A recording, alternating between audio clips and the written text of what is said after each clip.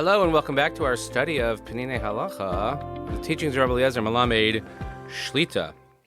We continue in our new topic of the laws of Hachnasat Orchim, of welcoming guests, so let's continue. Mitzvah Hachnasat Orchim, hi achas meha mitzvos hamefainos bioser es am Yisrael. The mitzvah of welcoming guests, Hachnasat Orchim, a phrase we'll hear quite a bit here, is one of the mitzvahs, I would say, that define the characteristics of our nation, of our people. Efshar lomar shachasa b'chinos lo'ofiyav hayudi shekol echad meitanu himidas hachnasas orchim shalanu. If you would say what's one of the defining factors or defining characteristics of the Jewish nation, you would say it's this mitzvah or this characteristic of welcoming guests into our home. Sharei b'tor misupar, it's told as follows in the story in the Torah: Shekasher hutla al Eliezer eved Avraham hashlichus hagoralios limtzo isha matimah liYitzchak Avinu. So in Parshas Chayei Sarah, we are told that Avraham sends his faithful servant Eliezer to go find a wife for his son Yitzchak. Isha shetuchal yachad imo v'hamshich es ta'alich yitziras v'leidaso shel Am Yisrael. And she was to be someone who could, together with Yitzchak, continue his mission as the covenantal community in the Jewish people, so to speak. V'tiel achas ma'arba imo shalonu, and she would of course be one of the matriarchs. L'matzal Eliezer eved Avraham mivchan tov v'kolei yoser l'hizman amata shal isha mevukeshes ma'asher ha'isbonus b'derech sheba tekabel es panav shel arech haba mimer hakim hamavakesh meno lashkoso mayim mi kada. He could find no better test or no better defining factor of her character than to see how she treated a guest who was coming from a faraway land, and when he had him and his animals to ask for water after the long journey. If she would agree to give him what to drink without giving any to the animals, this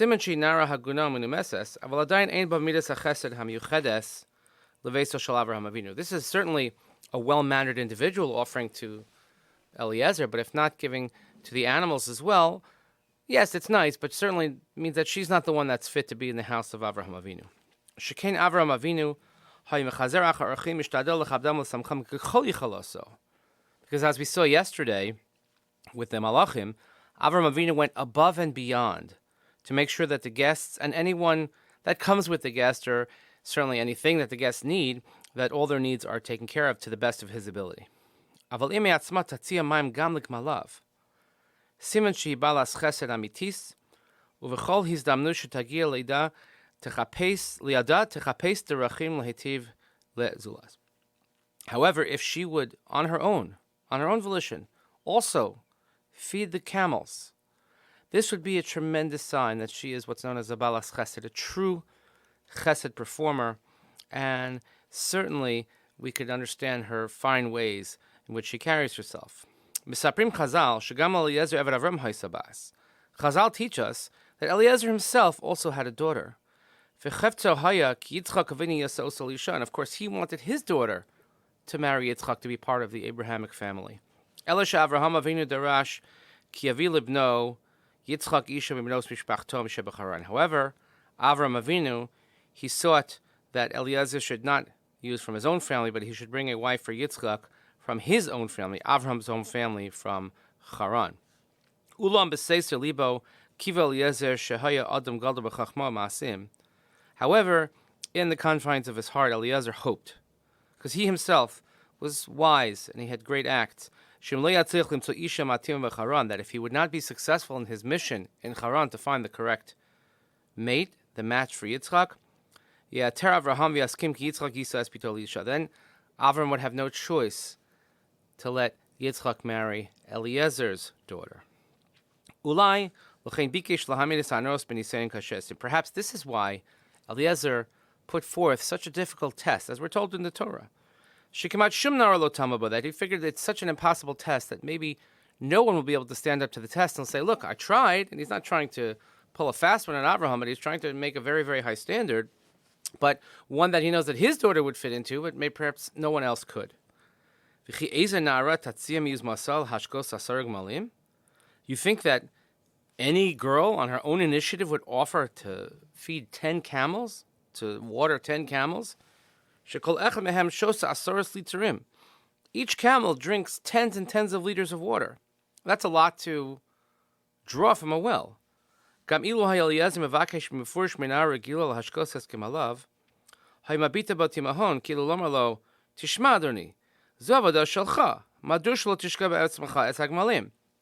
says also, in the normal way of thinking, if Eliezer would ask an ordinary person to water the camels, she would say, listen, sir, this is your job. These are your camels.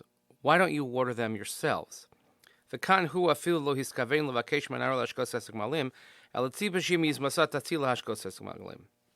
here, in this instance, he didn't have the intention that maybe she would even water the camels. He just wanted to see if, on her own initiative, she would make an effort to try and water the camels. And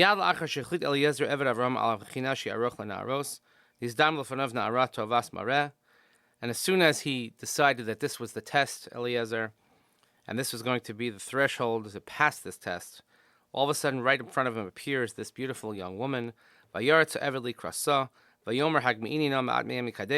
Vatomer shtei adoni v'tamer v'tori kadal yadav v'tashkeu v'tachal hashkosa v'tamer gam l'gamalecha ashav ad im kilu lishtot v'tamaher v'te'ar kada el hashoket v'toretz od hela be'er lisho v'tishav l'chol gimalav. And as we're told in the Psukim, in Chayei Sarah, she offers him to drink, and not only that, she offered to feed and to drink for the camels as well. Tov liba shel Rivka imenu hayaharbe ma'avar la'mash etzipa Eliezer eved Avraham. He lo rak hisnadav la'ashkos etzkamalav ela asta zos b'ahava v'simcha.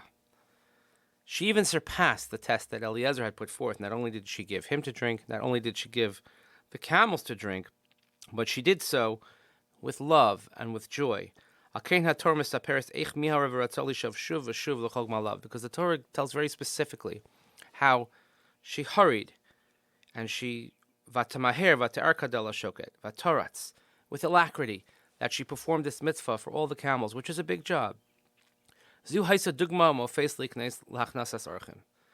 is the example and this is the wonder of welcoming guests. Afili Eliezer eved Avraham. Eliezer, who was the number 2 to Avram Avinu, he understood quite well. He recognized the tremendous acts that Avram Avinu would always perform. Right, so he was kind of blown away by this beautiful soul, this beautiful heart. And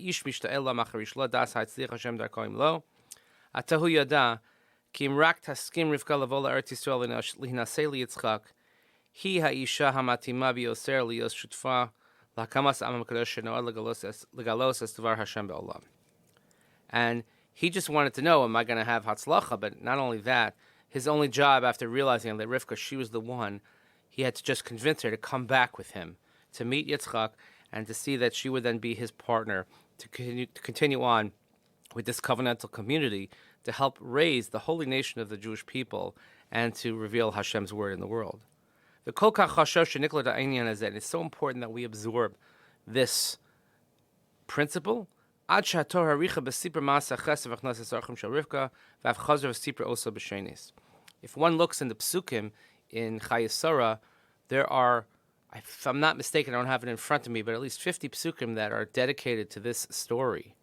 And when the Torah sometimes is quite brief when telling us things that happen, the Torah not only tells the story, but it tells it a second time, and even relates it a third time as it happens. So, obviously, the Torah is trying to stress to us how important this midah of chesed, this midah, this characteristic of Hachnasat Orchim is, certainly when establishing the covenantal community, the Jewish people themselves.